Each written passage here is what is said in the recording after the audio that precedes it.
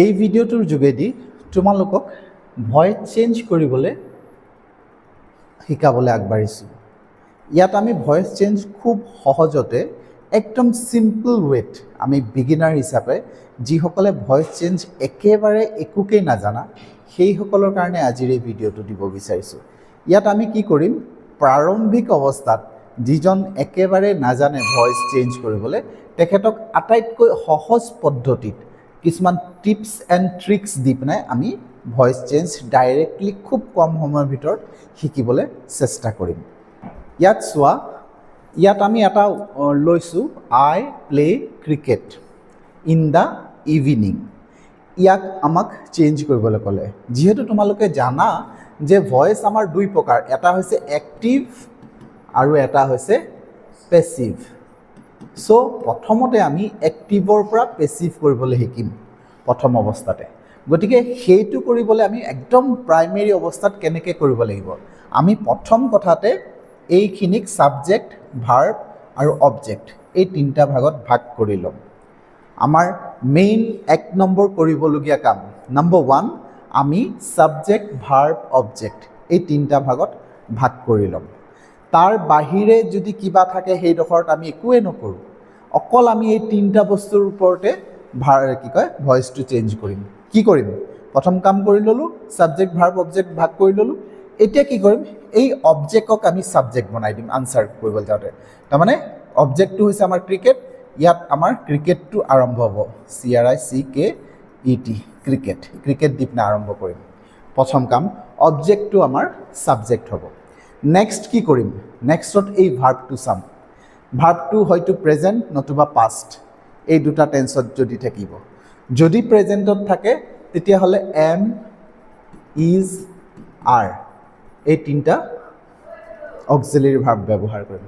ইয়াত প্ৰেজেণ্টত আছে, চ' এই তিনিটাৰ পৰা যিকোনো এটা আমি ইউজ কৰিম। প্ৰথমতে আমাৰ যিহেতু ক্ৰিকেটৰ লগত আছে, ক্ৰিকেটৰ লগত কি আহিব, এম নাহে, ক্ৰিকেটৰ লগত আৰু নাহে, গতিকে ক্ৰিকেটৰ লগত আহিব ইজ, ক্ৰিকেট ইজ হৈ গ'ল। নেক্সট কৰিবলগীয়া কাম, এই ভাৰ্বটো যিটো পাইছোঁ সেই ভাৰ্বটো থাৰ্ড ফৰ্মত লিখি দিব লাগে, প্লেইড। ভাৰ্বটো থাৰ্ড ফৰ্মত লিখি দিলোঁ আমি, মানে ছাবজেক্টটো যিটো ভাৰ্ব আছে সেই ভাৰ্বৰ second form, third form. Year third ফৰ্মটো সদায় ব্যৱহাৰ কৰিব লাগে পেছিভ কৰিবলৈ যাওঁতে। তাৰপিছত বাই বুলি এটা এজেণ্ট আহিব, বাই লিখি এই ছাবজেক্টটোক লিখিম। ছাবজেক্টটো আই আছে নহয় জানো, সেই আইটো আছ হৈ যাব, মি হৈ যাব, আইটো মি হৈ যাব।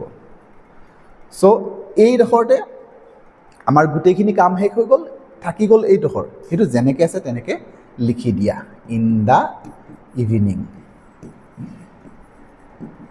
তাৰমানে বাকী দীঘল হৈ আছে, যিমান দীঘল থাকক মানে আমাক ভয়েস কৰিবলৈ দিছে, আমি সিমান দীঘলৰ কোনো কাম নাই, যিটো আছে সেইটো জাষ্ট ওলোমাই থৈ দিব লাগে আনচাৰটোত।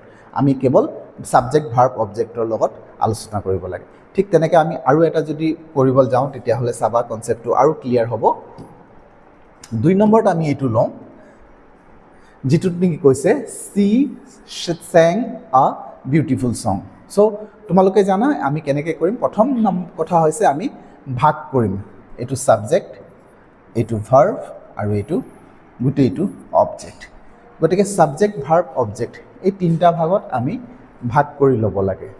চ' তিনিটা ভাগত যেতিয়া আমি ভাগ কৰি ল'ম তেতিয়া কি হ'ব, প্ৰথমতে এই অবজেক্টটো ছাবজেক্ট হ'ব।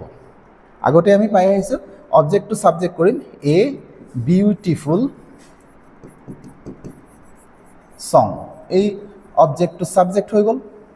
তাৰপিছত এই ভাৰ্বটো আমি চাম। আমি আগত কৈছিলোঁ যে যদি প্ৰেজেণ্ট হয় তেতিয়া এম ইজ আৰ, পাষ্ট হ'লে ৱাজ ৱেৰ। গতিকে এইটো ছিঙৰ পৰা চেং হয়, SING, ছিং, চেং আৰু PP ফৰ্মটো হৈছে চাং। গতিকে ছিঙৰ পৰা চেং হয়, গতিকে চেংটো পাষ্ট টেন্স, পাষ্টত হ'লে ৱাজ বা ৱেৰ, এই দুটাৰ পৰা যিকোনো এটা ব্যৱহাৰ কৰিব লাগে। চ' এই বিউটিফুল ছঙৰ লগত ৱাজ আহিব, ৱাজ। তাৰপিছত আমি এই ভাৰ্বটো লিখিম আৰু ভাৰ্বটো সদায় থাৰ্ড ফৰ্মৰ লিখিম, গতিকে থাৰ্ড ফৰ্মৰ হৈছে চাং। চ' এ বিউটিফুল ছং ইজ চাং। তাৰপিছত বাই শব্দটো দিম, বাই দি পেলাই সিটো হাৰ হৈ যাব, বাছ হৈ গ'ল আমাৰ ভয়েস চেঞ্জ। ঠিক তেনেকৈ আমি যদি আৰু এটা উদাহৰণ লওঁ তেতিয়াহ'লে আমি দেখা পাম যে এইটোত আমি কি লৈছোঁ, ইয়াত আমি লৈছোঁ যে আ ষ্ট্ৰং উইণ্ড, এই গোটেইটো হৈছে ছাবজেক্ট, তাৰপিছত এইটো হৈছে ভাৰ্ব আৰু এইটো হৈছে অবজেক্ট। গতিকে প্ৰথম তোমালোকে সদায় সেইটো কৰিবা, ছাবজেক্ট ভাৰ্ব অবজেক্ট তিনিটা ভাগত ভাগ কৰি লোৱা, সেই অবজেক্টটোক ছাবজেক্ট কৰি দিবা। অবজেক্টটো হৈ যাব দ্য হাউচেছ। হাউচেছ আছে, তাৰপিছত আমি এই ভাৰ্বটো চাম। ভাৰ্বটো পাষ্ট টেন্সত আছে, ই ডি লাগি থাকিলে বুজিবা যে সেইটো পাষ্ট টেন্স হৈ আছে। গতিকে পাষ্ট টেন্সত আমি কৈছিলে যে ৱাজ বা ৱেৰ এই দুটাৰ পৰা যিকোনো এটা ল'ম। যিহেতু ই বহু বচন হৈ আছে হাউচেছ, তেতিয়াহ'লে ৱেৰ আহিব। গতিকে হাউচেছ ৱেৰ আহিলে, আৰু তাৰপিছত আমি কি কৰিম, এই ভাৰ্বটোৰ থাৰ্ড ফৰ্ম লিখিব লাগে। কিন্তু ইণ্টাৰেষ্টিংলি য'ত ই ডি লাগি থাকে তাত ছেকেণ্ড ফৰ্ম আৰু থাৰ্ড ফৰ্ম ছেইম থাকে। গতিকে যেনেকৈ আছে তেনেকেই আমাৰ থাৰ্ড ফৰ্মতো ব্যৱহাৰ হ'ব, ডেমেজড হৈ গ'ল। তাৰপিছত আহিব বাই এটা এজেণ্টটো দিম, বাই দি পিনে আৰু ষ্ট্ৰং উইণ্ড, সেই ছাবজেক্টটো ইয়াত আহি যাব, এ ষ্ট্ৰং উইণ্ড হৈ গ'ল। ঠিক তেনেকৈ আমি আৰু এটা উদাহৰণ ল'বলৈ লৈছোঁ। সেই উদাহৰণটো হৈছে my father taught me English grammar. এতিয়া ইয়াত চাবা, প্ৰথম কথা আমি কি কৰিম, ছাবজেক্ট ভাৰ্ব অবজেক্ট, এই এক্সট্ৰাটো পাৰ্টটো আমাক দৰকাৰ নাই। আমাৰ যিটো লাগে সেইটো হৈছে মাই ফাদাৰ, এইটো ছাবজেক্ট, ভাৰ্বটো হৈছে টট, মিটো হৈছে অবজেক্ট। এতিয়া কি কৰিম, অবজেক্টক ছাবজেক্ট কৰিম, কিন্তু মিটো অবজেক্ট হৈ থাকিলে সেইটো ছাবজেক্ট হওঁতে আই হ'ব। আই হ'লে যদি ছাবজেক্টত আই থাকে অবজেক্টত মি হ'ব, মি যদি অবজেক্ট থাকে তেতিয়াহ'লে ছাবজেক্টত আই হ'ব। চ' তাৰপিছত আহিব এই ভাৰ্বটো চাম। এই ভাৰ্বটো হৈছে টট। টটটো মানে টিচৰ পৰা টট হয়, টিচ টট, আৰু থাৰ্ড ফৰ্মটো একেই টট হ'ল। চ' টটটো পাষ্ট টেন্স হোৱাৰ কাৰণে ৱাজ আহিব। তাৰপিছত এই ভাৰ্বৰ থাৰ্ড ফৰ্ম, ইয়াতো তোমালোকে একেই, টট দুইটা একেই হয়, গতিকে থাৰ্ড ফৰ্ম আহিলে TAUGHT taught. So' I was taught. তাৰপিছত তুমি এইডোখৰ লগাই দিব পাৰা ইচ্ছা কৰিলে তুমি এইডোখৰ যিটো এক্সট্ৰা আছিলে সেইটো লগাই দিয়া, ইংলিছ গ্ৰামাৰ। তাৰপিছত বাই দি পিনে বাই মাই ফাদাৰ। তোমালোকে যেনিবা প্ৰথম অৱস্থাত কৰোঁতে তুমি কি কৰিলা, এইডোখৰ লগাই দিয়াটো লাষ্টত লগাই দিলা, কোনো কথা নাই। তোমালোকে লিখিব পাৰা I was taught English grammar, I was taught by my father English grammar. তেনেকৈও যদি তোমালোকে লিখি দিয়া তেতিয়াও আমাৰ ভুল নহয়। আগবাঢ়িছোঁ, আৰু এটা উদাহৰণ লৈছোঁ। সেইটো হৈছে ছামৱান হেজ ষ্ট'লেন মাই বুকছ। এতিয়া চোৱা, ইয়াত আমি টেন্সটো অলপ সলাই লৈছোঁ। প্ৰেজেণ্ট টেন্সৰ আলোচনা কৰিলোঁ, পাষ্ট টেন্সত আলোচনা কৰিলোঁ, এতিয়া প্ৰেজেণ্ট পাৰফেক্ট লৈছোঁ, জানি শুনি লৈছোঁ যাতে তোমালোকে সহজতে শিকিব পাৰা। আকৌ একে ছাবজেক্ট ভাৰ্ব অবজেক্ট, ইয়াত এইটো এটা অক্সিলাৰী ভাৰ্ব ইয়াত দিয়া আছে, অক্সিলাৰী ভাৰ্ব হেজ আছে। তো তোমালোকে কি কৰিবা, য'ত তোমালোকে দেখিবা হেজ আছে, হেভ আছে বা হেড আছে, এইখিনি য'তেই থাকিব তাৰ লগত যেতিয়া পেচিভ কৰিবা তেতিয়া মনত ৰাখিবা যে পেচিভ কৰিবলৈ ইয়াৰ লগত বিন এটা লাগিব, এইখিনিৰ লগত বিন ল'ম। গতিকে এইটো আহিলে অবজেক্টটো ছাবজেক্ট হ'ল, মাই বুকছ। আৰু এতিয়া মাই বুকছৰ লগত হেজে লিখিম যে কোনো কথা নাই, হেজ থাকিলে হেজো হ'ব পাৰে, হেভো হ'ব পাৰে। ইয়াত কিন্তু বহু বচন হৈ থকাৰ কাৰণে হেজ নাহে, হেভ আহিব। তো হেভ আহিলে আৰু বিনটো আমাৰ লগাই দিম, হেভ বিন। তাৰপিছত ভাৰ্বটো চিন্তা কৰিবা, ইয়াত যিহেতু হেভ হেজ হেড লাগি থাকিলে ভাৰ্বটো সদায় থাৰ্ড ফৰ্মৰ ব্যৱহাৰ তাতেই কৰি থাকে, আৰু ইয়াতো আমাৰ থাৰ্ড ফৰ্মেই লাগে, গতিকে ভাৰ্বৰ কোনো সলনি কৰিব নালাগে। এই টেন্সত ষ্টলেনে আহিব, বাই ছামৱান হৈ গ'ল আমাৰ 5 নম্বৰটো তেনেকৈ। চ' আমি আৰু এটা উদাহৰণ লওঁ। 6 নম্বৰটো আমি কি কৰিছোঁ, they are playing football in the village ground. ইয়াতো আমি ইচ্ছা কৰি টেন্সটো অলপ সলাই লৈছোঁ যাতে তোমালোকে নতুন কনচেপ্ট এটা শিকিব পাৰা। ইয়াত চাবা, ছাবজেক্ট ভাৰ্ব অবজেক্ট, ইয়াত আমি দি দিছোঁ ছাবজেক্ট ভাৰ্ব অবজেক্ট। এইখিনি আমাৰ অদৰকাৰী বস্তু, ইয়াৰ লগত আমাৰ কোনো কাম নাই। চ' আমাৰ অবজেক্টটো ফুটবলটো ছাবজেক্ট হ'ব ফুটবল। এতিয়া চাবা, য'ত ING লাগি থাকে ভাৰ্বৰ লগত য'ত ING লাগি থাকে পেছিভ হ'লে তাৰ লগত আমি বিইং শব্দটো লগাম কাৰণ ভাৰ্বটো সদায় থাৰ্ড ফৰ্মৰ হ'ব আমি যেতিয়া পেছিভ কৰিম এই ভাৰ্বটো সদায় থাৰ্ড ফৰ্মৰ হ'ব থাৰ্ড ফৰ্ম মানে প্লে শব্দটো প্লে আছে আমি কৰিবলৈ যাওঁতে প্লেইড কৰিম থাৰ্ড ফৰ্মটো ল'ম গতিকে আমাৰ এই বিইং শব্দটো আহিব গতিকে ফুটবলৰ লগত কি আহিব আমি প্ৰথম কথা হৈছে ইয়াত যেহেতু আৰ আছে গতিকে এম ইজ আৰ এই তিনিটাৰ ভিতৰতে যিকোনো এটা ল'ব লাগিব ফুটবলৰ লগত ইজ আহিব গতিকে ইজ ল'লোঁ তাৰপিছত মই ক'লোঁ যে বিইং আহিব ING থাকিলে যেনিবা বিইং আহিব য'ত ING আছে তাত বিইং আহিব গতিকে ফুটবল ইজ বিইং আৰু এই ভাৰ্বটো সদায় PP ফৰ্মত আহিব played football is being played so' in the তোমালোকে ইচ্ছা কৰিলে এইটো বাই আছটো দিব দে হ'লে আছ হ'ব দে হ'লে দেম হ'ব দে দেম হ'ব বাই দেম তাৰপিছত এইডোখৰ এক্সট্ৰা পাৰ্টটো তুমি লগাই দিবা ইন দ্য ভিলেজ গ্ৰাউণ্ড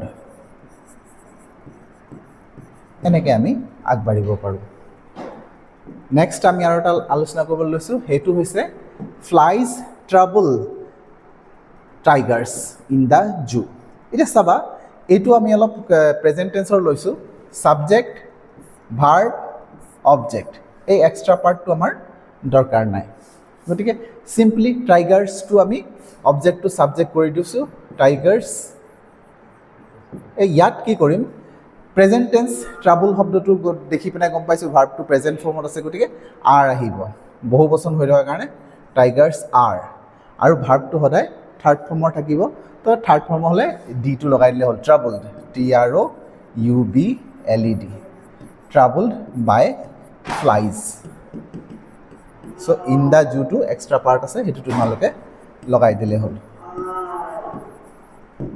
হৈ গ'ল ঠিক তেনেকৈ আমি আৰু অকণমান আগবঢ়াই লৈ গ'লে 8 নম্বৰটোত আহিব যে the teacher is correcting my mistakes ঠিক এইটো প্ৰেজেণ্ট টেন্সৰ আমি আৰু এটা উদাহৰণ লৈ লৈছোঁ ছাবজেক্ট ভাৰ্ব আৰু অবজেক্ট গতিকে এইটো ING থকা মনত ৰাখিবা ING থকা হ'লে বিইং আহিব দেই বিইংটো লগাব লাগিব ING থাকিলে আচ্ছা মাই মিষ্টেকটো অবজেক্টটো ছাবজেক্ট কৰি দিছোঁ সেইটো হৈ গ'ল মাই মিষ্টেক্স ইয়াত বহু বচনত আছে গতিকে এম ইজ আৰ এই তিনিটাৰ পৰা আমাৰ কি আহিব এম ইজ আৰ ইয়াৰ পৰা আমাৰ আৰটো আহিব গতিকে মিষ্টেক্সৰ বহু বচনৰ কাৰণে আৰ আহিব মাই মিষ্টেক্স আৰ তাৰপিছত বিইং শব্দটো ব্যৱহাৰ কৰিম ING য'ত লাগে তাত আমি বিইংটো ব্যৱহাৰ কৰিম আৰ বিইং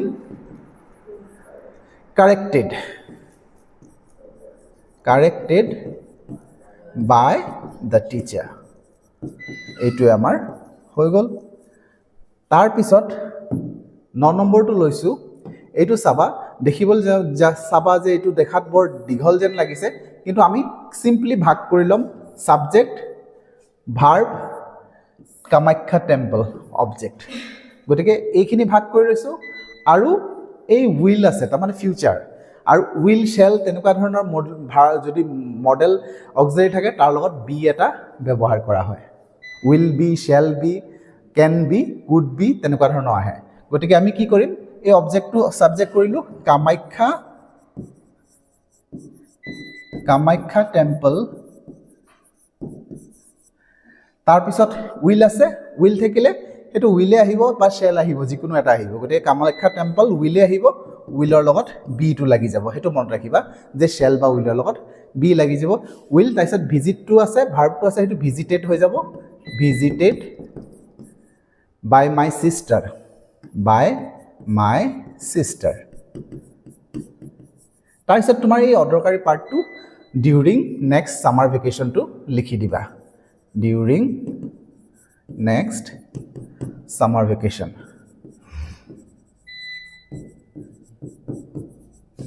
ডিউৰিং নেক্সট ছামাৰ ভেকেশ্যনটো অদৰকাৰী পাৰ্টটো লিখি ল'লা লাষ্টত আমি আৰু এটা আলোচনা কৰোঁ আজি ইয়াতে সামৰি দিম আৰু ইয়াত আমি কি কৰিছোঁ আমি আকৌ এইটো এটা ছাবজেক্ট ভাৰ্ব আৰু অবজেক্ট ডেড স্নেক এইডোখৰ অদৰকাৰী বস্তু ইন আৱাৰ স্কুল কেম্পাছ, এইটো আমাৰ দৰকাৰ নাই। গতিকে এ ডেড স্নেক এইটোকো লৈ লৈছোঁ, এ ডেড স্নেক। তাৰপিছত চ ভাৰ্বটো আছে, চ আছে তাৰমানে পাষ্ট টেন্স, গতিকে ৱাজ আহিব, ৱাজ। আৰু থাৰ্ড ফৰ্ম হৈছে চিন, চি চ চিন। বাই সি আছে, হাৰ হৈ যাব। আৰু যিটো অদৰকাৰী পাৰ্ট আছে ইন আৱাৰ স্কুল কেম্পাছ, যিটো অদৰকাৰী পাৰ্ট আছে সেইটো আমি তেনেকৈ লিখি যাম। চ' এনেকৈ আমি খুব সহজতে ভইচ চেঞ্জখিনি আমি কৰিবলৈ শিকিলোঁ। তোমালোকে ট্ৰাই কৰি চাবা, আমি আৰু ভইচ চেঞ্জ বা বেলেগ বেলেগ গ্ৰামাৰ পইণ্টছবোৰ খুব সহজতে শিকিবলৈ চেষ্টা কৰিম। আজিলৈ ইয়াতে সামৰিছোঁ, থেংক ইউ।